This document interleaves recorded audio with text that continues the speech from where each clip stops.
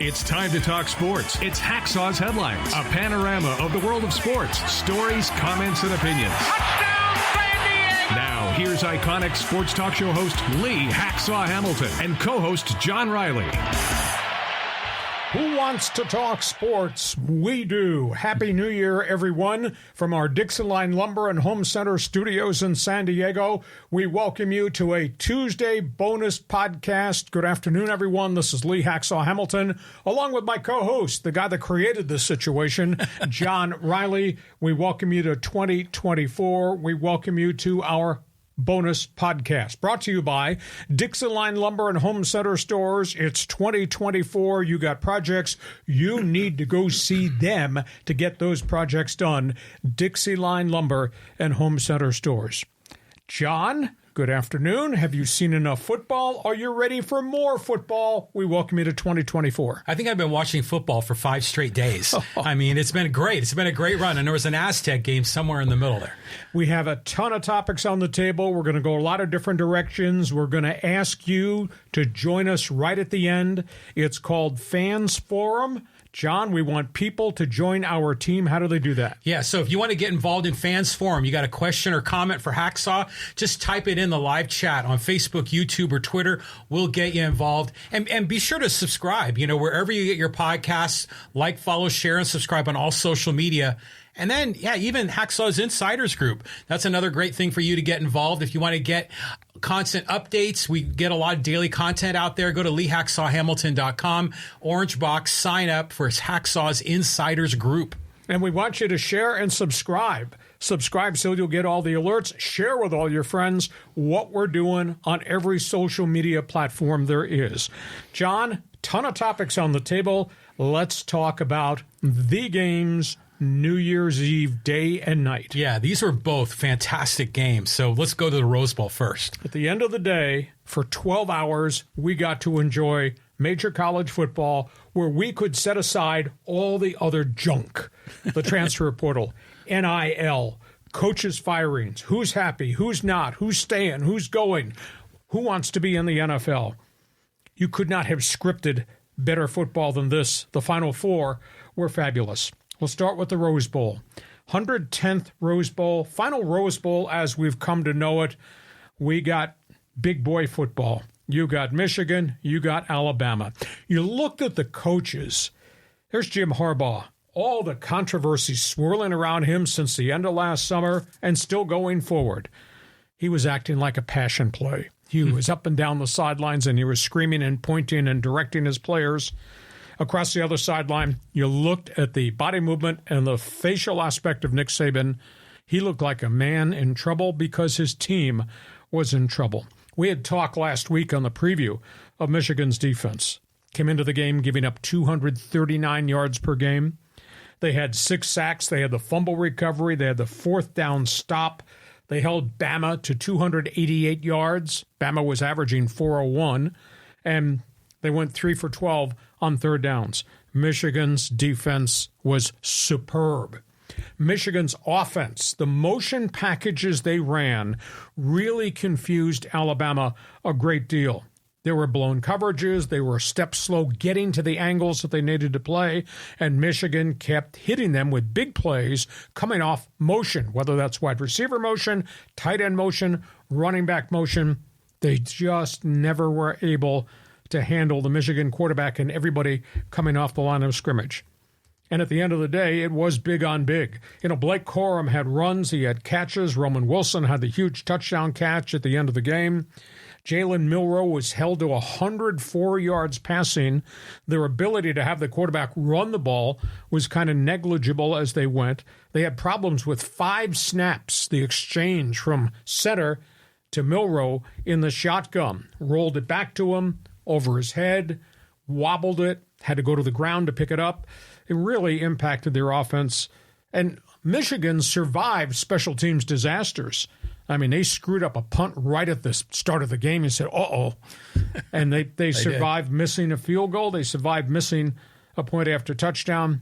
End of the day, Michigan's defense did which I did not think they could do. They out-toughed Alabama at the line of scrimmage. And it was interesting. In the pregame interview on Network TV Harbaugh made one comment. This will be an up-front game. That is what will decide the game. And what happened? The up-front game of Michigan, offensive front, defensive front, difference in the game. Bama just had no rhythm whatsoever, and Michigan kept making some plays, even though Bama played them tough. Michigan wins hell of a game. Yeah, wasn't it a great, like, just the whole day? Mm-hmm. And they turn it on TV, and the sky is brilliant blue, and the grass is green. And, I mean, if you are from, like, Wisconsin, you're thinking this is paradise on earth. That game was cool because there was all the drama, but all, like you say, the special team screw-ups, the missed field goals, the missed extra points, that fumble on the punt right near the end of the game, that could have been a safety, and Alabama could have won. I mean, so it went in a lot of weird ways, but it was interesting with Milroe after the game. You could see he was so frustrated. But you think about him and his history. You know, he was overlooked as a quarterback. A lot of times they wanted him to be a receiver, and now he's on the big stage, and he didn't have his best performance.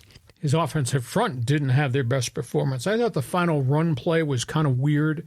That's a long 3 yards to try to run a quarterback draw into that traffic. Yeah. I could see them motion guys get Michigan leaning one way and have Milroe go out on the edge and try to score that way. He didn't. He tried to power his way in when there was a stalemate in front of him at the line of scrimmage. But Michigan they stayed at it. They had stretches they didn't do well. They had stretches they kept hitting plays. I never got a sense Alabama had any rhythm whatsoever. At the end of the game, I went back and looked at numbers, and not only were there 6 quarterback sacks, there were 10 tackles for losses. That's how good Michigan's defensive front was. Michigan, hail to the victors. They're going to the championship game next Monday night. Let's go from Rose Bowl to Sugar Bowl. The Sugar Bowl. I mean, here we got a West Coast team, another close game right at the end. I thought this thing matched up guys who were slick versus guys who wanted to slug. And Washington was too slick for the Texas Longhorns. What an amazing set of storylines. First of all, the redemption tour. Here you got Kalen DeBoer, head coach Washington, started his career at tiny Division II Sioux Falls, South Dakota, went to all these other stops on the road map to be an offensive coordinator, Southern Illinois, Fresno, other places. Got a head job at Fresno State, 2 years, flipped that, goes to Washington. In 2 years, he's now 24-2, I think it is, with the Huskies. And then the redemption tour for Steve Sarkisian, legendary BYU quarterback, creative mind, good play caller, wanted to be an offensive coach, wanted to be a head coach, got his chance at USC, got derailed because of his personal lifestyle and his alcohol problems that got him fired. Nobody would hire him. There was a paper trail of problems with Sarkisian. Nick Saban saved his career. First, Sarkisian saved his life by going into alcohol rehab to deal with an acute problem. Saban gave him a job as administrative assistant, and then breaking down video, and then doing X's and O's, and then becoming my offensive coordinator in Tuscaloosa. So Saban played a big role. Sarkisian has captured his life, regained everything, and boom, has gone from disgrace to something really special there. In terms of the game, wild plays, wild mistakes, final 4 minutes, crazy. Michael Penix throwing deep dimes all night long. You know, in the first half alone, and this is a shocker to me that Texas did not have an idea how to defend this.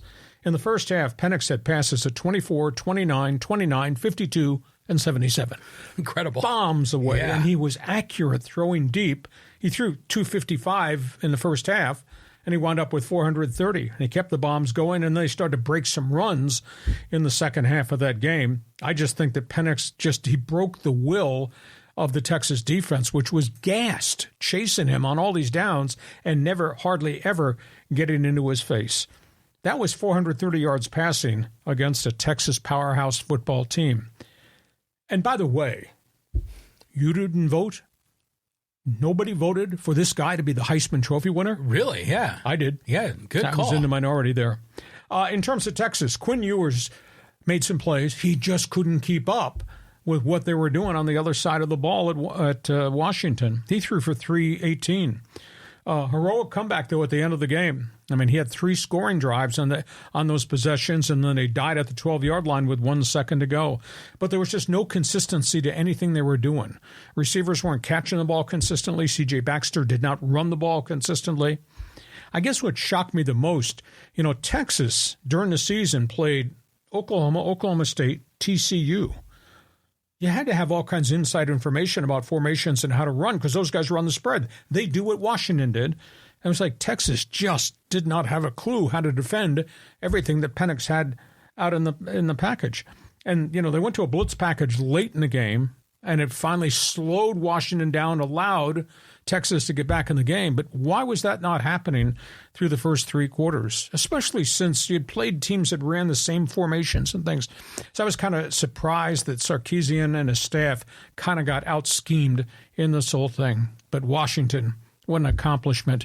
So now you got Washington-Michigan championship game next Monday night. And John Riley says... I say it was a great game. And I keep wanting to say Michael Vick. It's Michael Penix, just lefty quarterback that's got all the tools. And Penix was tremendous. Like you said, he had those long passes, but some of them were like lasers and, in tight windows. And you're like, wow, this guy can throw all the passes. The head coach, DeBoer, get to know him a little more in this game. He's a very likable guy. Yeah. And then I always wondered why Michael Penix ended up at Washington when DeBoer apparently was the offensive coordinator at Indiana. When Penix was coming in the front door. Exactly. And I had not put those two things together because I remember seeing Penix in Indiana, and he was tremendous when he was not hurt. But I always scratched my head how he ended up in Washington, and now I know. Exactly. Great accomplishments. And Penix had to run a big hill. This has not been easy. He's had 3 knee surgeries and a rehab extensive. And he was a run-first throw quarterback at Indiana, and he paid a terrible price. He just got battered and got hurt. Now he's mature. He's rehabbed. He's a much different quarterback in the pocket and the ability to move some things. But, boy, under pressure, makes plays. They've won so many close games at the University of Washington. So, just a quick tangent here. Who would you take with the number 1 pick in the NFL draft? Because there's 3 really good quarterbacks at the top. We're going to argue about that going forward. We've got plenty of time to argue about that going forward. All right. And it's tough because Caleb Williams had the great career, but the end of his run at USC was pretty tattered. Penix has had just a phenomenal thing, and I think Bo Nix, he's a robo-systems quarterback. He's got to be in the right system, but he sure is intellectual enough to be a really good NFL quarterback. And that doesn't include the argument about the kid at LSU, Jaden Daniels. And North Carolina. Yeah, and that's right. Drake May. Yeah. So, we have that'll be a topic on the table that we will argue about for months going towards the draft. So we're ready. A week from now, we got Michigan. We've got Washington, and we'll talk about that on our Thursday podcast.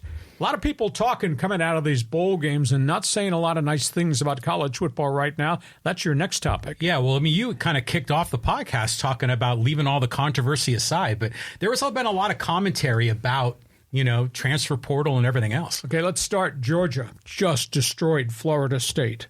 After Florida State got snubbed, 21 of their players elected not to play in the Orange Bowl game. The end result was 63-3. It was terrible. Nobody's talking in Tallahassee right now. However, Kirby Smart, the Georgia coach, did talk. One of the first things out of his mouth, aside from saluting his team, he said the NCAA allowed this to happen to the Orange Bowl. And he says the NCAA caused this. They need to fix this. He's making reference to opt-outs and transfers that littered all the bowl games. Everybody lost players for one reason or another. Is that good for college football? Is that fair to the bowl people and the communities that sponsored the bowl game? So Kirby Smart wants this resolved now. Then there's Clemson. Debo Swinney, not what they used to be, take an enormous amount of heat at Clemson for not being in the transfer portal, taking players, running guys out. He blew up on talk show radio right before Clemson's bowl game. He told a caller, your expectations outweigh our accomplishments. Enjoy the program that we have. in essence, shut the bleep up. So Debo Swinney doesn't like everybody thinking he should be doing what some other people in college football are doing, running off people and getting new players every year. Then Ole Miss stomped Penn State in its bowl game. And Lane Kiffin, first thing out of his mouth at Ole Miss, what sport allows players to become free agents while their playoffs are going on? Yeah. Do you see anybody leave the World Series and say, I'm not going to play because I'm going to the free agency?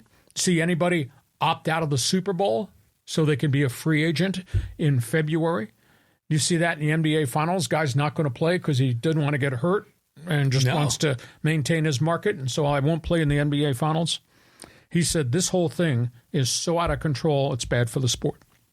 And then there was Southern Cal's Link Riley, who I think did a great job at the Holiday Bowl in a 6-week span, reinvented his offense with a brand new quarterback who'd never played, and they put on a show. But he did make reference to the fact there's 19 guys in the transfer portal. He said, I want players who want to be here. Why would you want your leaders to leave their team at the most important time of the season, a bowl game? He says, we'll reload, but I wish players could see their careers to a conclusion where they started. And then, of course, there was what we talked about last week with Chip Kelly. He wants to see all this solved. He proposes a 64-team super football conference. All the money goes into a pot. It's all distributed evenly to the 64 super conference teams. Everybody else stays in their conference, basketball, all the other Olympic sports.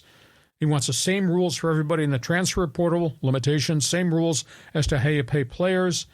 So all the money goes into one pie, and it's carved 64 waves in college football. So the coaches had a lot to say. So, John, what hit your hot button? Well, first of all, kudos to Kirby Smart for having the integrity to go out there and play Georgia Bulldog football and kick some butt, and they took it seriously.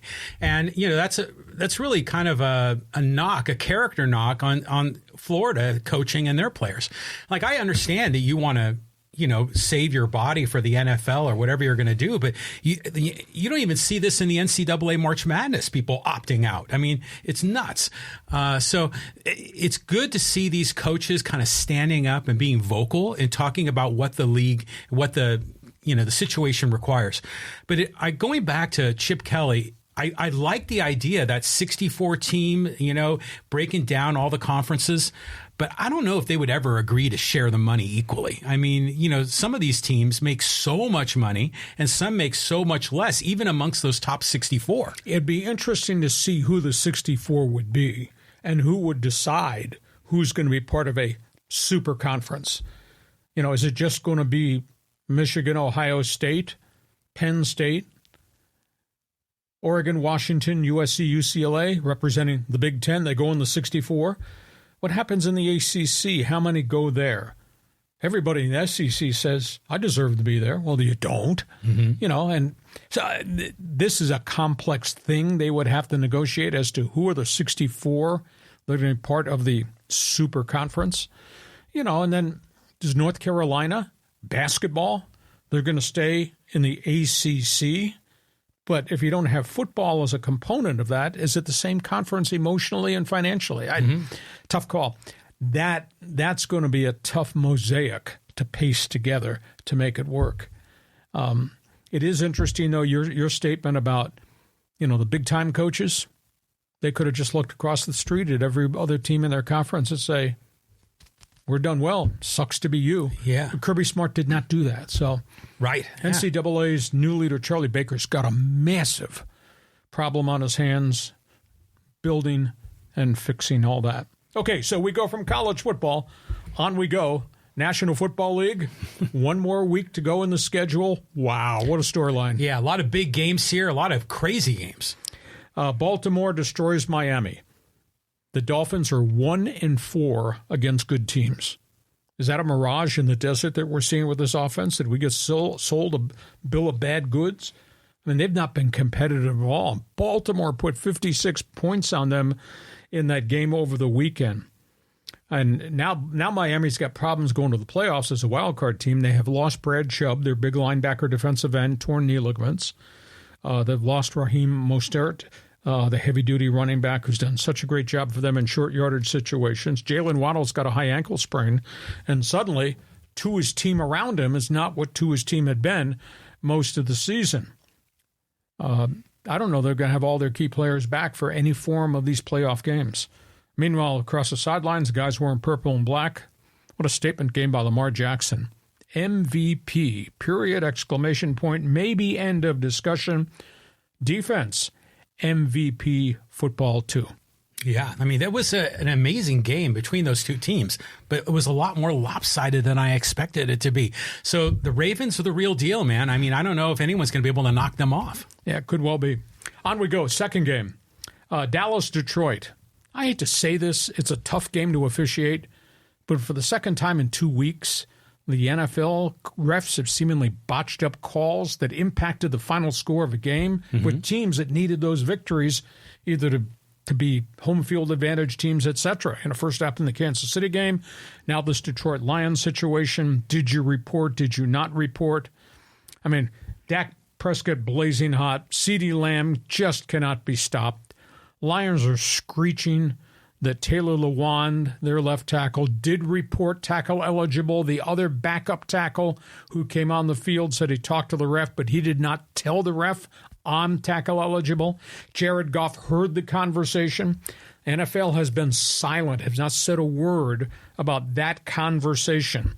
The ref heard one thing, and maybe he misplaced 70, telling me he was tackle eligible rather than 68. Did he tell the defense he gave him the wrong number?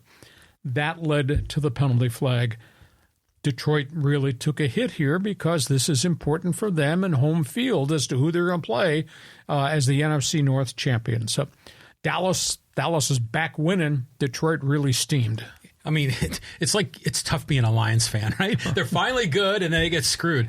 Yeah, that was awful. And I think what I noticed is that the ref, had number 68 was near him, number 70 was running towards him, but he wanted to quickly get away so he could tell the defense who was eligible. And I think he kind of jumped the gun there. But the fact the NFL is not saying anything, that proves that they know they screwed up and they're trying to get their story straight. Kansas City, Cincinnati. The Chiefs are trying to find their momentum. They're trying to fix everything that's wrong. That's one storyline. The other storyline is now we know why Jake Browning's been a backup quarterback his entire life, because it's all kind of caught up to him. Kansas City still got problems. Wide receivers dropping passes, sloppy route running, penalties, etc. Offensive line has not protected Mahomes on a consistent basis. The quarterback himself is forcing things along the way. And in terms of Cincinnati, now they're out of the playoffs. That's a tough blow. And, Joe Burrow's now had 3 major injuries in a 4-year span as a star quarterback. And Jake Browning, who did really well, had the wheels fall off Cinderella's carriage, and he played really poorly under pressure. But it goes back to my philosophy about head coaches and defensive coordinators. The more video I compile on you, I will figure out what you don't do well, John Riley, and I will force you into certain things that you don't do well. That's what's happened to Jake Browning. Kansas City, one and done. Kansas City, wild card team going on the road. Yeah. What do you think? That just doesn't make any sense compared to what we've seen of the Chiefs. Now, I wasn't watching this game live. I was watching the Charger game, and the announcers kept talking about how the Broncos were still eligible to get into the playoffs if Kansas City were to lose and then lose next week and yada, yada. And I thought that was mind-blowing that could even be a possibility. But, Chiefs fans are frustrated. Chiefs fans have been chiming in social media. They still love their team, but they know they're going through a little bit of a rocky patch. Yeah, there's going to be some evaluation about wide receivers in this offseason. They're going to have to fix some things along the way. Next game, Steelers-Seattle. You believe this? Do you believe this? Pittsburgh is 9-7 and is probably going to be in the playoffs with their third-string quarterback, a plodding offense, and a defense that's had a lot of injuries. Mason Rudolph is now the starting quarterback going towards the playoffs. He'll start again. He's thrown for 299 and 279 in his 2 starts and doesn't turn the ball over. And George Pickens, who I think they've wasted most of the year because I didn't think they were running the right routes, and then he got involved with a spit-to with the media and some of his own coaches. And Deontay Johnson, now all of a sudden they're throwing a ball to him downfield. They're making big plays. They hadn't done that for the first 12 to 14 weeks of the season. And Seattle defense has collapsed. Now they got a bunch of injuries, nagging injuries, which has hurt them. But this is not Pete Carroll defense at all. So there's injury, and I think there's some attitude problems on that Seattle Seahawk roster. Pittsburgh in the playoffs, considering who they were, how bad they played, and the way they started the season. That's a surprise. Yeah, well, Mrs. Hacksaw is going to be really happy to see the Steelers in the playoffs. But the Steelers are such an interesting franchise because they have all that history, all those rings. And internationally, they're very beloved, which I'm starting to figure that out now. Rooney family. Yeah, so it's kind of interesting. I was kind of rooting for Pickett to, be something, and I think maybe he's probably gone as far as he can go. Mason Rudolph, nice surprise. Yeah, very much so. Raiders-Colts. At the end of the day, you can have all the emotion you want. It only carries you a certain way down the road. You got to have talent to take you the rest of the way. So the Raiders lose to Indianapolis.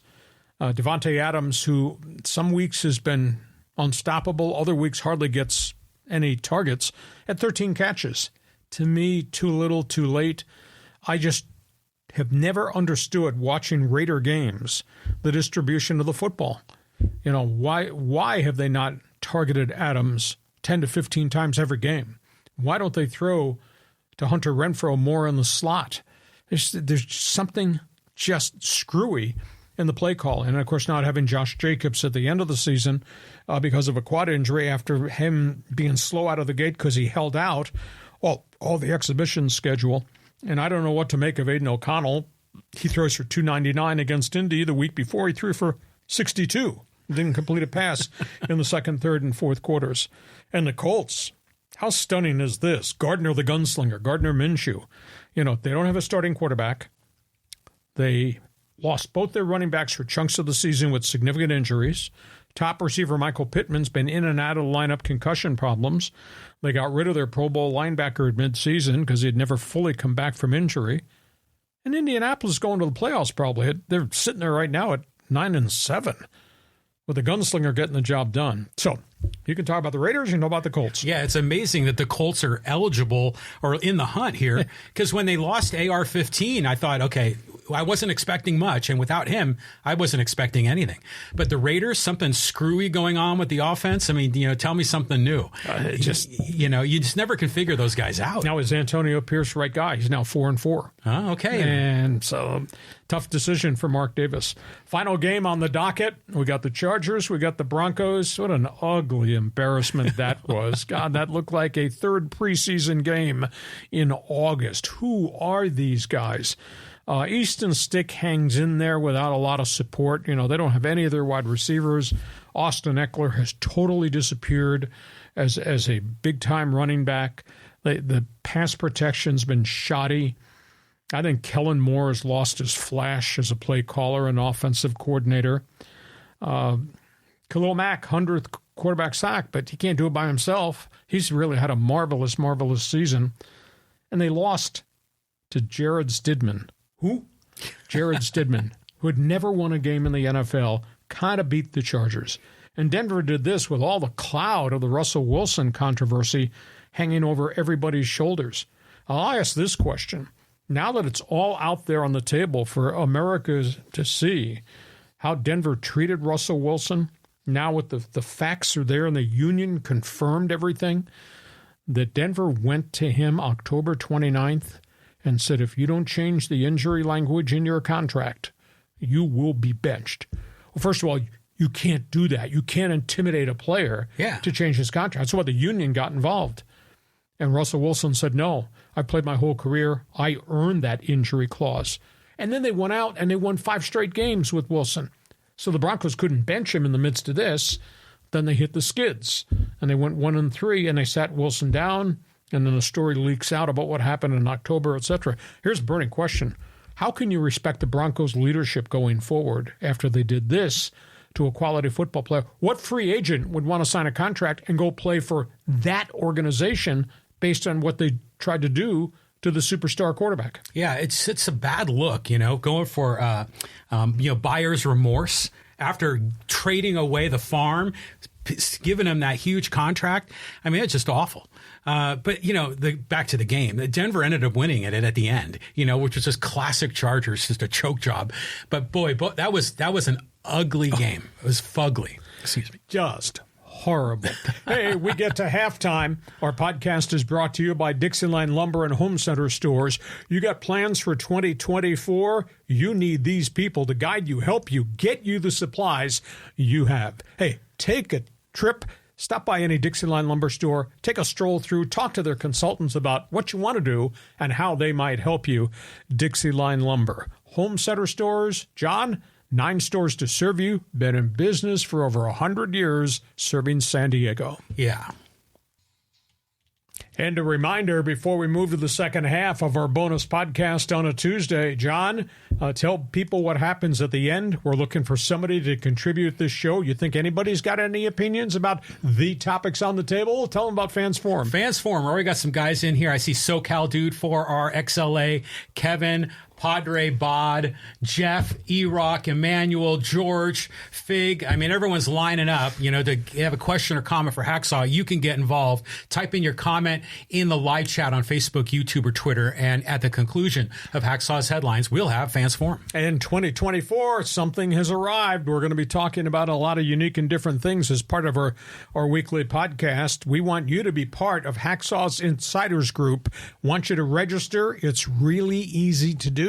John, you created this, so explain it. Yeah, so just go to LeeHacksawHamilton.com, and in the upper right corner, there's an orange box, just like your Oilers shirt. And go there, fill in your name and email, get you on the email list. We're building a big group here, and it's building nicely. So jump on board, and we've got, best 15 minutes, one man's opinion. They're coming out by email, but we're going to be opening up a lot of really creative and interesting things for the new year. And if you like sports, I know you like sports, check my website. That's the address right at the top, LeeHacksawHamilton.com. It's all written. You won't get this volume of information anywhere else. I write on it day in, day out. Let's go to the second half. We're going from football. We're talking baseball. Lots of movement here with some of these free agents. Well, the big question, John, good headline, who's left? What happens next? Names in the news in baseball. I am a bit surprised Blake Snell is still out there, but I guess the surprising facet is what he's asking for.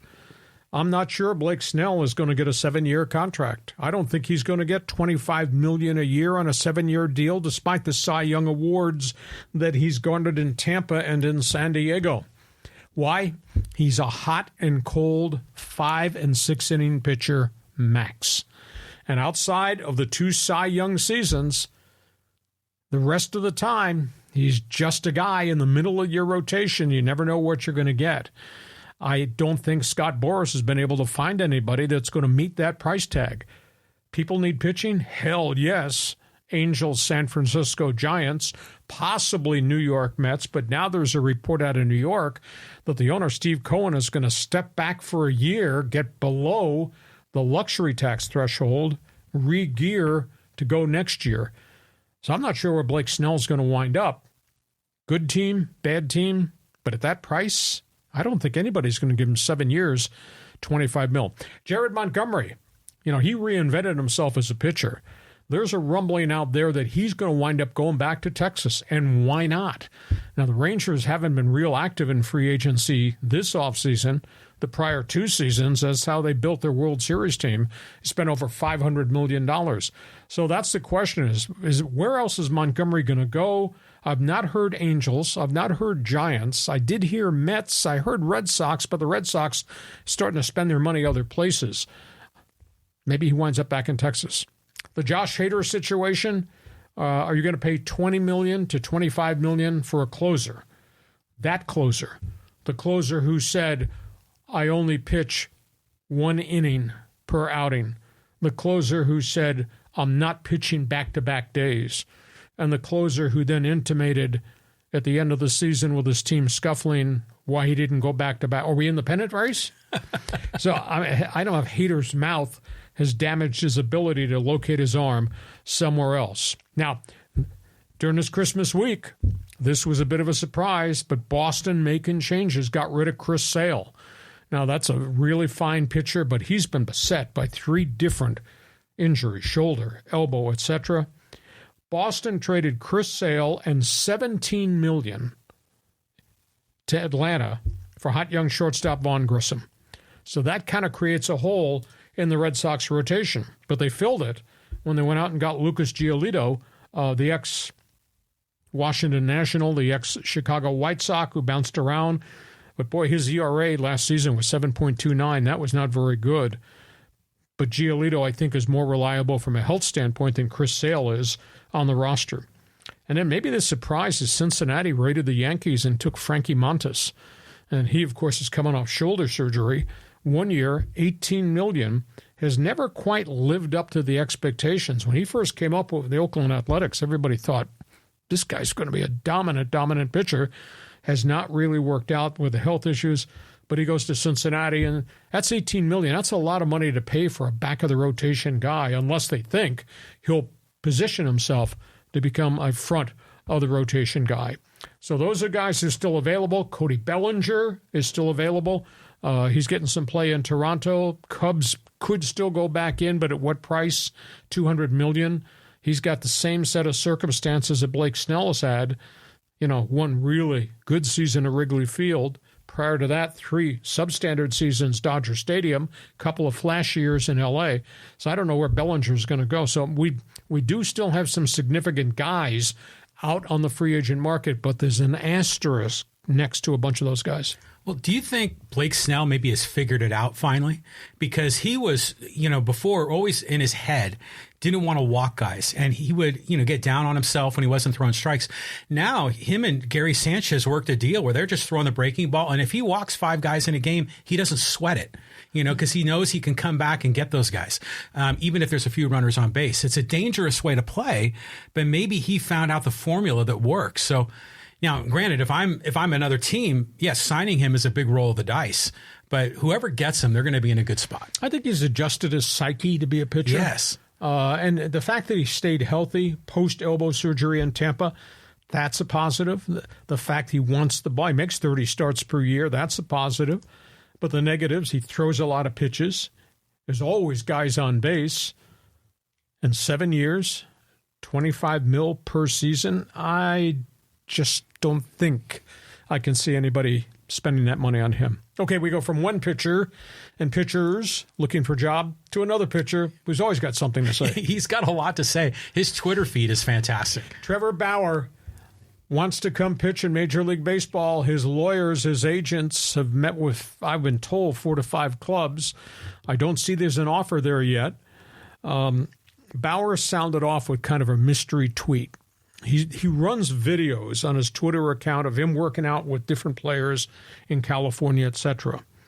He tweeted, this is really weird, but here, take my pen and connect the dots, John.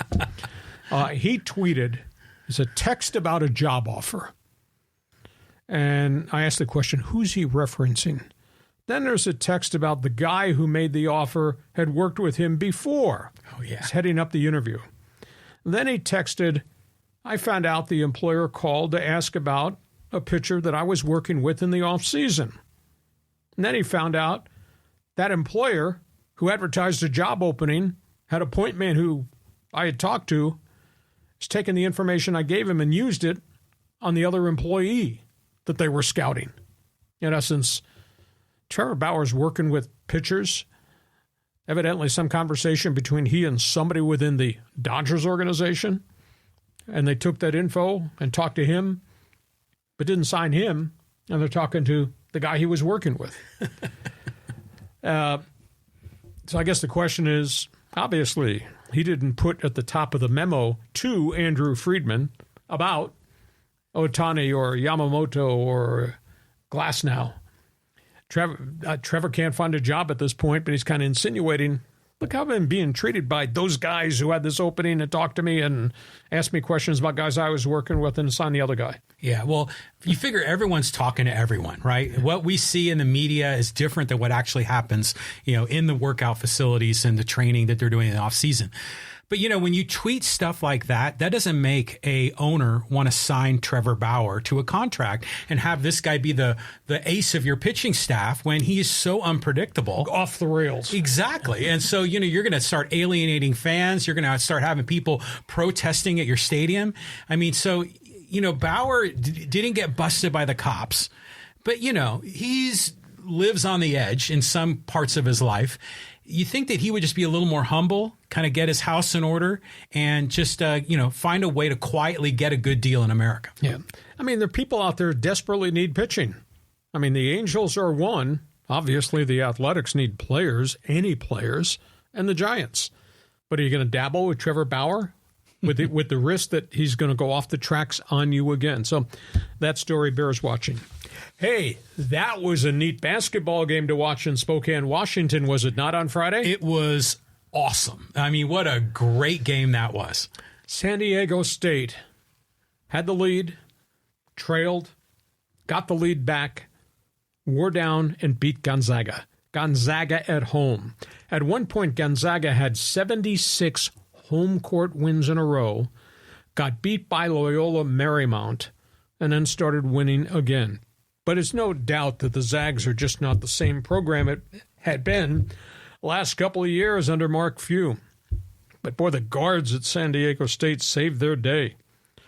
Reese Waters, Darian Trammell combined for 39. Yeah. Jadon Ledee was walled off defensively.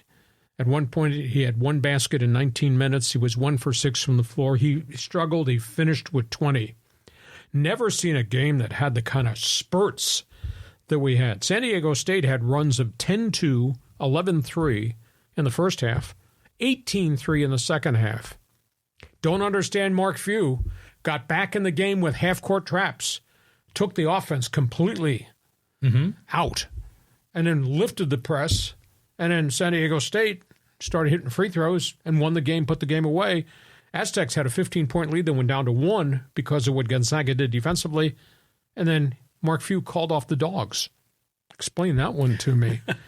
How can you beat the Zags, who've now lost 4, and still be behind them in the poll? Yeah, that's wrong. Yeah, Gonzaga dropped based on its reputation, dropped all the way to the 24th.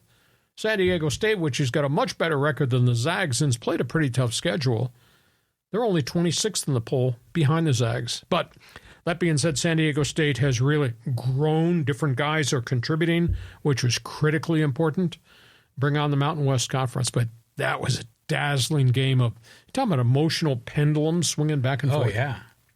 What a great game it was. And to see like Miles Bird, with the Euro step, the backhand, did a lot of great plays off the bench. Saying some of the kids have grown up here in the last 10 games. They have. Even Miles Heide is showing something. Jay Powell is showing something. And then right now you got Darian Trammell coming off the bench. He's really kind of a starter, but that makes your bench scoring look pretty darn good. But, you got to give credit to the Aztecs. They've won there 2 out of the last 3 times, I think, where no one wins in that arena. And Brian Dutcher, man, he's just got a way to figure it out. And I love hearing Dutcher say how as the season progresses, we keep getting better. And that is just such a true statement. Yeah. Fresno State, first conference game. And then obviously they get New Mexico. And you look at the Mountain West Conference standings, John. A lot of people playing really good basketball, the non-conference part of the schedule. Be fascinating to see how these top 5 filter out when they start playing each other. But what a huge win. Signature victory, I think, for San Diego State. Big time. Okay, we go from that. Let's go to NBA basketball. Yeah, so here's a big trade. Knicks, Raptors, and maybe it might impact our guy, Malachi Flynn. Well, it did. New York Knicks just don't seem happy with the mix on their roster under Coach Tom Thibodeau, and these are all guys that they handpicked. So they just started shedding bodies, and they pull off this 6-player deal with the Toronto Raptors. Toronto deals defensive specialist OG Anunoby, plus Malachi Flynn, plus young forward Precious Achiuwa. They all go to the New York Knicks. Anunoby's a really fine defensive guard, big, tall, long, etc.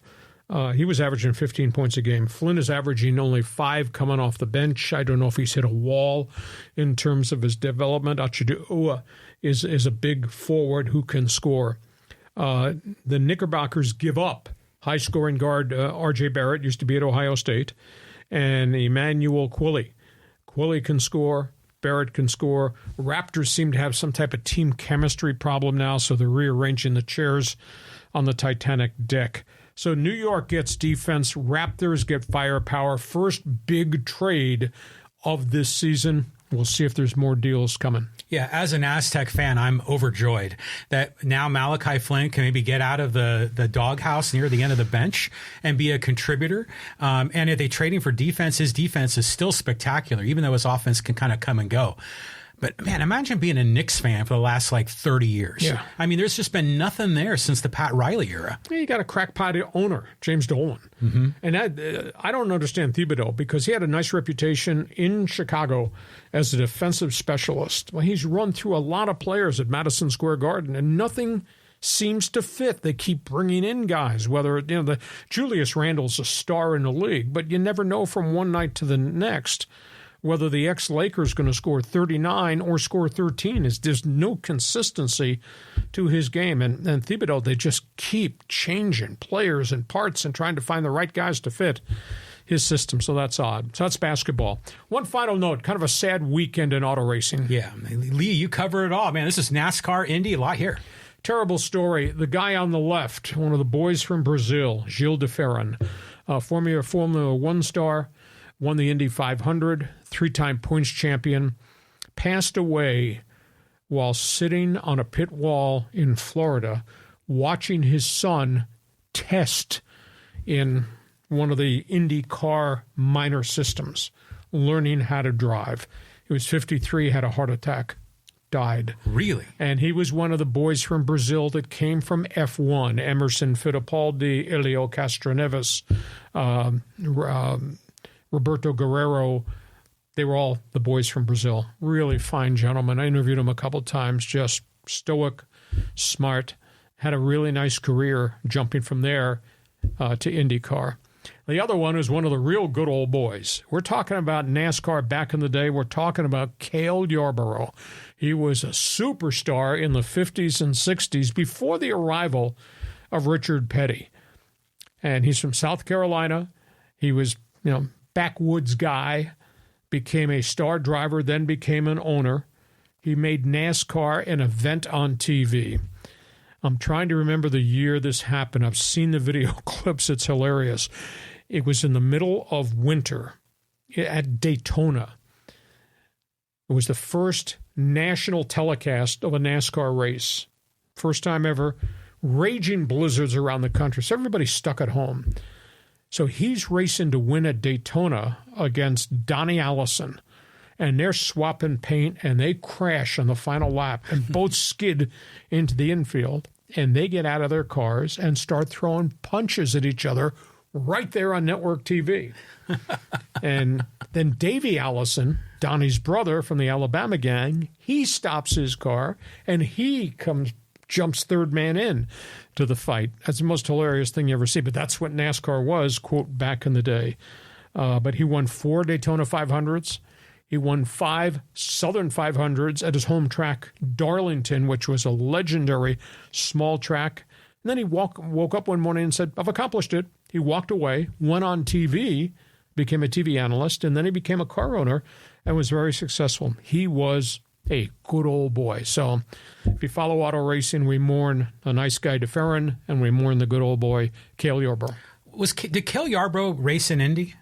Or was he exclusively NASCAR? He was strictly good old boy. Okay. And did he have a brother, or am I getting that confused with the Unsers? Well, the Unsers were obviously, there's 3 Unsers, the Andrettis. Those are all the, quote, first families of racing. But no, I don't think Cale had a brother. There was another Yarborough, but I think it came from a different family. Okay, fair enough. But these are legends. I mean, especially Yarborough. I remember as a kid, his name being frequently discussed in the 1970s. You have a lot of spare time on your hands, so why don't you just YouTube, Google Cale Yarborough Daytona 500 fight? You won't believe it. Okay, I'm looking forward to that one. Okay. So we've completed everything on our Tuesday bonus podcast brought to you by Dixieline Lumber and Home Center Stores. John's got friends who've been waiting. I don't know if this is going to be a Christmas gift exchange segment of the show, but we call it Fans Forum. John, where do you want to start? Okay, let's go here to Emmanuel. He says, any player who opts out of a bowl or enters a transfer portal before bowl season will need to sit out their next conference game. It has to be a conference game, or else more and more schools will schedule cupcake games. Well, you're retaliating on the player. You know, coaches have a right to leave, and they do leave, or they get fired. Players kind of got victimized a little bit by that. What the NCAA needs to do, and I think they will do this under Charlie Baker once they get all this put in place with Congress, they're going to squeeze the transfer portal. You can't leave your program till January 8th after the bowl games are over. Now, guys who want to go to the NFL, trying to protect themselves from injury, but it's tough. But when you see the massive players that leave, 18 at 19 at USC, 21 at Florida State, you see the quarterbacks that are leaving. It just ruins what the bowls are supposed to represent, a reward. How can you and I be in the trenches for a 12-game season and elevate our program and have a good season, good team, get to a bowl game, and then I bail out on you because I might go into the transfer? It's not right.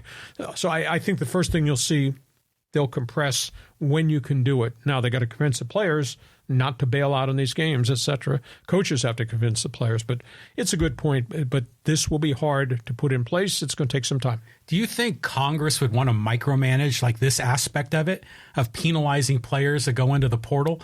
Because I don't know if I want to get Congress involved in this. They'll just turn it into a cluster.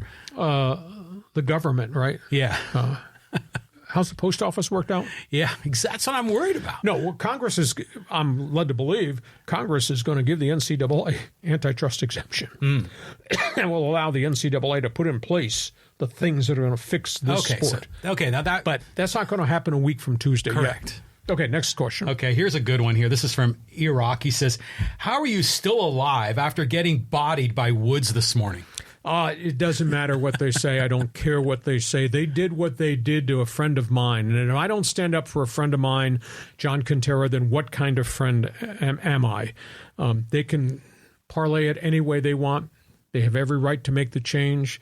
I thought that it was handled really poorly. I thought it was really unfair. It'll be interesting to see now that they got soccer announcer and Padre cheerleader on to replace Coach Quintero, what their show is going to be. Hey, you like my podcast? That's why you're watching. You like them? That's cool. I don't really care what anybody says, but I reserve the right to tell you what I think on anybody and everybody. Yeah, one man's opinion, right, of sports. Exactly. It's for me, as a listener and follower of sports media here in San Diego, it's been an entertaining week of the little jibs and jabs on Twitter. But, I know Woods and came out firing at 6 a.m. this morning. I caught a little bit of it in the YouTube video. So, yeah, it's something out there. Only thing I take exception to is Adam Klug, the program director who did all this, called me a racist. He has no right to do that. Shame on Adam Klug. We move on. Let's go to 4RXLA. He says, look for Gruden to return to the Raiders as head coach. Davis has him under contract for several more years. Gruden would have to drop the lawsuit against Roger Goodell to return to coaching. I think in the bigger picture, you are correct. Number 4, you are correct. The Raiders are still paying him money. The big question is his track record. Is it legitimate? He won with Tony Dungy's players in Tampa Bay. And then he got to Oakland. Did that really work out either of the times he was there? That's a big question. Look at the Raider roster. Those are all his draft picks that were there and then gone. That's a big issue, too. So I just don't know that anybody's going to touch him. And I said way back, once upon a time, everybody thought this guy was really special. He wrote all those emails, and all those emails got leaked. And I don't know who is the perpetrator of all that, but he wrote a lot of bad stuff in emails. And he wrote it because it's in his heart. Do you want a kind of guy like that? He always coached on the edge. He always pushed buttons to get his players motivated, created issues.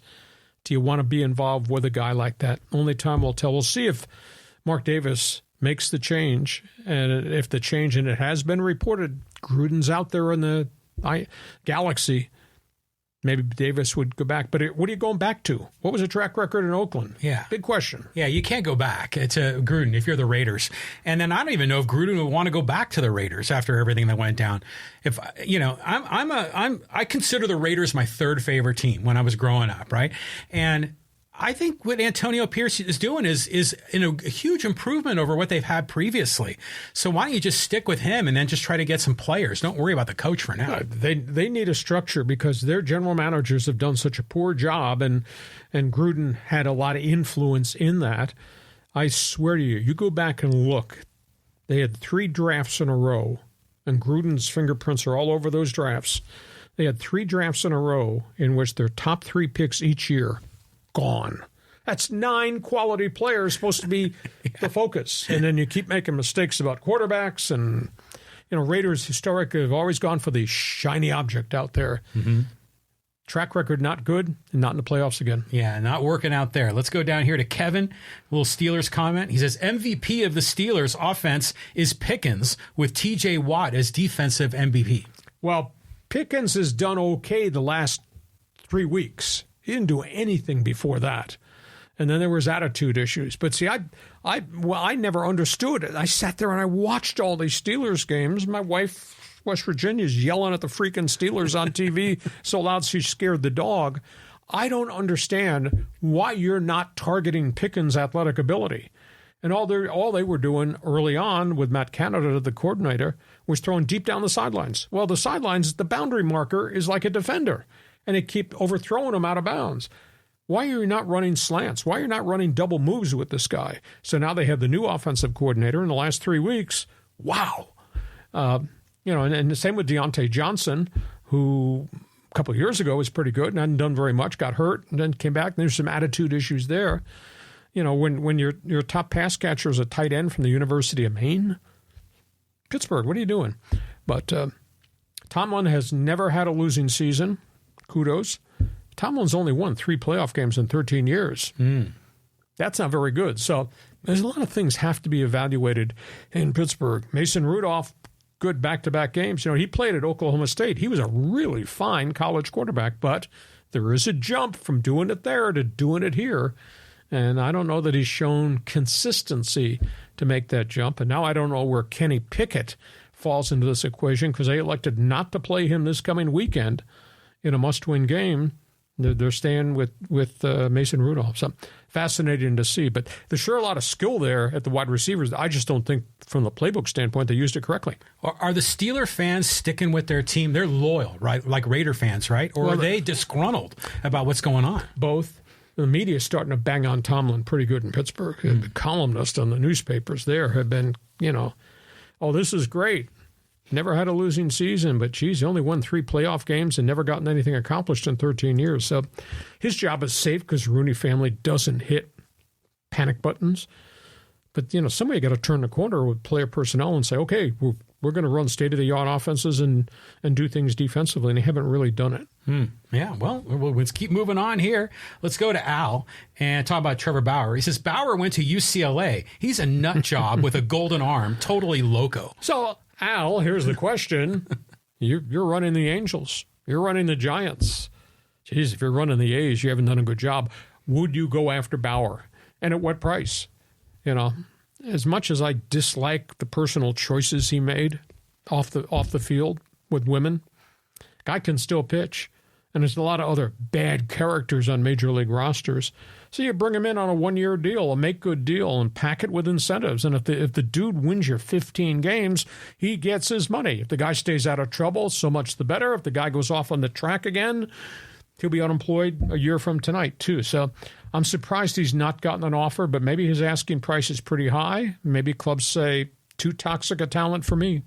Let's just say that A.J. Preller could sign him for 1 year for $20 million.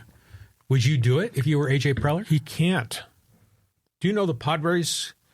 Padres right now are ranked almost at the dead bottom in money committed to new players for next season. They have one signing, the Japanese reliever. Mm-hmm. They have no money available. Not $20 million for Trevor Bauer. Mm-hmm. If I'm the Padres and if Preller had the okay to go ahead and take this guy on, I'd offer him 1 year, $8 million, and I'd give him $7 million in incentives. And if you have a good season, you reinvent yourself, you're making $15 million here, and then you go on the open market and see if there's a better deal out there. But I would never give him $20 million at this point in time. Well, the Padres couldn't even afford the 8 plus 7 either, could they? They could afford 8. The 7 doesn't get tacked on till the end of the season if he reaches his incentives. Okay. I think there's a way to creatively finance it. But, you know, the Angels have now signed 11 marginal major leaguers. Not one of them's a difference maker. You know, the Luis Garcias of the world, and they need pitching. Why not him? They've hardly spent any money. Angels have spent $6.8 million on the bodies they brought in. $6.8 million when Ohtani's gone. His $30 million's off the books. You got money, why not Bauer? Unless Arte Moreno says, I'm not touching that. Who do you like better, Snell or Bauer? Who's the guy you want on your staff? Oh, I like Snell a great deal, but not at 7 years, $25 million per. Right. I'd give Snell 3 years. Maybe I'd give him 20, 22, and 25. Mm-hmm. But Padres can't afford that. No way. It's a big issue. Okay, let's move on here. Let's go to Anvil. And he says the government should never be involved in college football. Well, if they give him the antitrust exemption, NCAA in Indianapolis would run everything, okay?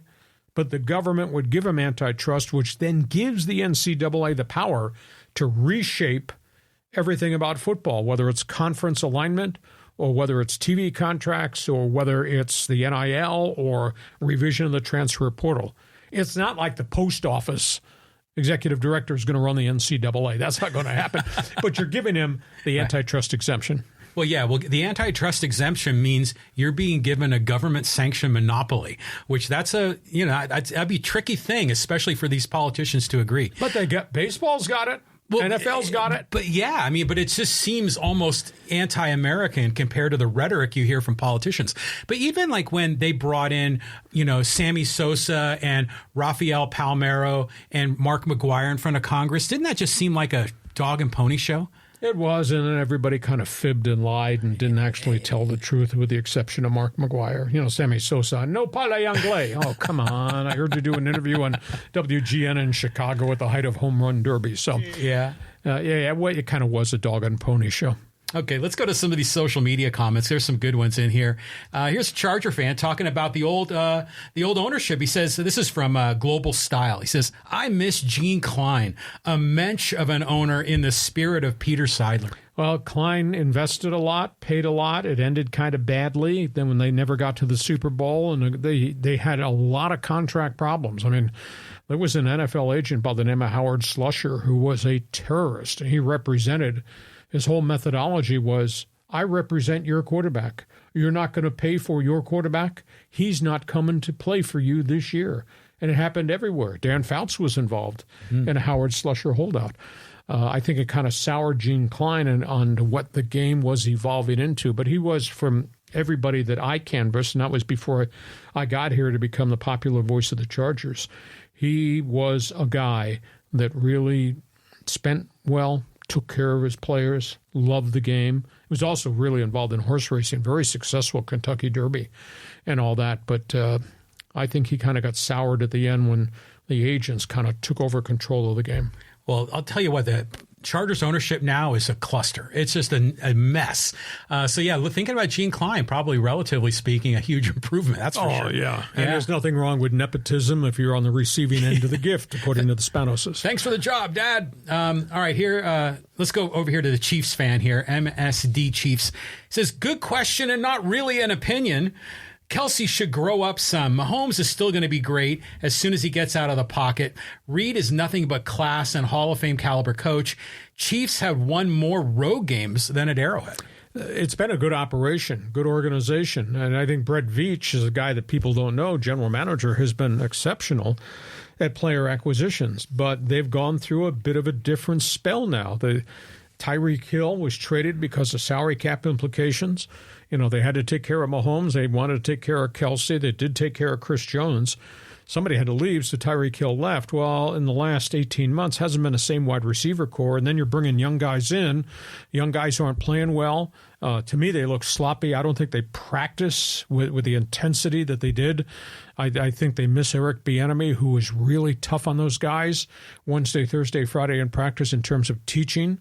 I like Kelsey. He's become a personality. He's on all the commercials in the world. Yeah. And I don't get bothered by the whole relationship with Taylor Swift. Half the world's gone off the deep end. No, she's got my TV way too much. Who cares? But the problem is it's a player personnel problem. It's been a bit of a letdown. So there may be some changes in the wide receiver core. And I'll never understand some guys who left. Juju Schuster-Smith, who came from Pittsburgh, the ex-USC receiver, had a great last season in Kansas City, left as a free agent, went to New England, got buried on the depth chart with a quarterback that was throwing bounce passes to him. He's had a miserable season, and now he's done. He's hurt, and he's gone for the rest of the – why would you leave a chance to continue to be with Mahomes and get some form of payday and go to a Super Bowl – to go somewhere else really strange? And that happened multiple times in Kansas City. So well-run organization. I think this is just a blip on the radar screen. They're going to have to reevaluate why this has happened. How can Travis Kelce be a franchise player when all you want to talk about is practice? Not the game. Talk about practice. You've got to believe there's going to be a certain amount of mental distortion and noise in Kelsey's head, knowing that everyone watches him, knowing that anytime he catches a ball, it goes to Taylor Swift. That has to be subliminally in the back of his mind. So, he's dropped a few passes as well. So, this just goes to show you that it's so hard to stay at the top for a long period of time. No, it's not. Not according to me. I concur with you. He's not had the same year. He's a little bit dinged up. There's a lot of miles on those tires now. And he's kind of dropped hints about maybe retiring just because of the injuries and the pain factor. But he's a really good player. But he's put some on the floor, not as many as the receivers have. Yeah. Well, let's go here to another social media comment. This is from Stephen Clark. Again, talking about the coach situation at 97.3. Stephen says, quote, modernizing the lineup? Let's be honest. Craig Elston is an extreme left winger and has inserted his views many times while on the air, supposedly doing sports. Secondly, he's an oddball and brags on the air while supposedly doing sports about his weirdo lifestyle. This is why Ben and Woods want him there. They are the same as him and can't relate to normal people like John and Lee. That's one man's opinion. How about yours? Hey, it's their station. They can put whatever they want. They can run it into the ground. They got a bigger problem. Odyssey, the owner, their shares are selling for 22 cents. They've been delisted on the stock exchange. They are borderline bankrupt. They might be going down. Coach was my longtime friend. He had shtick. I had shtick. We were really successful. We all got taken out in one form or fashion. I just feel bad for him, the way it was done, because when it came to sports, I would punch him up just to see what his take on certain things were, and he and I communicated a whole bunch off the air. I didn't do anything wrong. I reported what had happened, and I got it confirmed what had happened, and then I reported insinuations made by people from within about what other people's role may have played. So you can run and cover up and hide and say bad things about me. I don't really care. End of the day, I thought you treated a really good, loyal soldier really bad. And like I said last week, he's a friend of mine. If you don't stand up for a friend, what kind of friend are you? That's what I feel. Yeah, the whole thing is just interesting. I mean, obviously there's, a challenge there with Coach and the Adam at 97.3, but set that aside. As fans of sports media, sports talk radio, we all develop relationships with these hosts. And whether we're hanging with them like you and I are hanging now, or whether just listen on the radio while you're at work, they become kind of your friends, your boys, and there's certain guys you like more than others. And I think that's why the fans are all coming out and with their takes on this whole thing. But in the end, we're all sports loving people here in San Diego, Southern California. And, we're all part of the same team, yet we love to bicker amongst ourselves. Hey, at the end of the day, if you like what I do, that's great, because I think what I do is really good and really different. If you like somebody else's substance, a.k.a. shtick, that's okay too. But don't sit there and call me a racist. And don't sit there and say I don't have a right to have an opinion as to what they've done. After you pour your life into this format, like I did into this community, and to have it end the way it did for me, the way it did for the coach, that's really sad. I think it is. Yeah, well, it's just a tough business. Let's keep going, though. We got one more here from a USC fan talking about Miller Moss, or Moss Miller, or is it Miller Moss? I get those confused. Miller Moss. He says, Miller transferred to Mater Dei for his senior year. He went there to replace Bryce Young. Season was moved to the spring due to COVID. Just another validation of Miller time. He's a pretty good player. Now, he's a student of the game. I was awed at his ability to throw bombs deep and be accurate the way he did. Deserves the chance to be the guy at USC. I think he's got 2 more years of eligibility left. So, and it's weird. If Caleb Williams had gotten hurt early in the season, having to run for his life all the time, maybe Miller time would have been a starter at USC. Maybe it would have been a little bit of a different season. But Lincoln Riley gets players. He knows offense. So it'd be fascinating to see as they come out of this, go to spring football, where Miller time fits in terms of quarterback and what the next quarterback coming in the front door is going to be. Remember, they lost the quarterback of the future, Malachi Nelson, who just opted out a week ago, and he went into the transfer portal, and that was supposed to be the heir apparent to Caleb Williams. So we'll keep an eye on that. But Lincoln Riley is a bright light, and he knows how to use the transfer portal successfully. And I'll be fascinated to see how many more quarterbacks show up at Heritage Hall. Has there ever been a case like this where a player that hadn't played all year comes off the bench and throws 6 touchdown passes and 1,000,000 yards? I mean, I've never even heard of that in the NFL, except maybe Frank Reich when he was with the Bills. Yeah, not modern day football that I know of. I mean, Moss set bowl records, set the USC record. First time in, 6 TDs, 1 game. There have been a lot of really fine quarterbacks at Southern Cal. None of the ones I know, from Pat Hayden to my friend Paul McDonald, none of those guys ever did that. So that was pretty impressive. Yeah, it was unbelievable. Hey, we've got a Padre question here. And this is from CJV. He says, no one thought Lugo or Waka had much left last year, but they were steady. AJ will find some arms. I think so. And John and I have preached patience in terms of what Preller's trying to do. But there are limitations now because they have imposed the fact this payroll is now, we're told, is going to go sub $200 million. And the fact is all that money is already committed. Most of that money is committed. I don't think AJ's got a lot of money left. And there's an awful lot of pitchers that come off the board. I still think there's something going on in Japan. I mean, there are 2 more pitchers that are out there in Japan. I know those guys scouted them, and they went there. I still think that maybe there's another Japanese pitcher coming here. But in terms of what's left here, can you trade for somebody? Well, you trade for somebody, then somebody's going to want one of your top players at AA. I don't think I would do that. Maybe their inside information is that these other pitchers who came in the Yankee Soto deal are going to be difference makers and will push themselves into the rotation. I still think there's another transaction coming. I hope it's not a trade. I hope maybe it's Cronenworth for an arm, or I hope it's not a top AA guy going somewhere for somebody else's pitcher. But at this point, there's so many pitchers that have kind of come off the board. The only guys left for the most part, aside from the superstar like Snell or Montgomery, the only ones that are left are guys that are coming off all types of physical wear and tear woes. Yeah. You can get them for 50 cents, but what are you getting? Can they hold up? So he's not done yet. He's got another month before we start talking about going to the Cactus League and what your pitching staff look like. Well, Padres Twitter has been really electric over the weekend because they've been talking about how, for a long time people bashing AJ Preller, for all the moves he's made.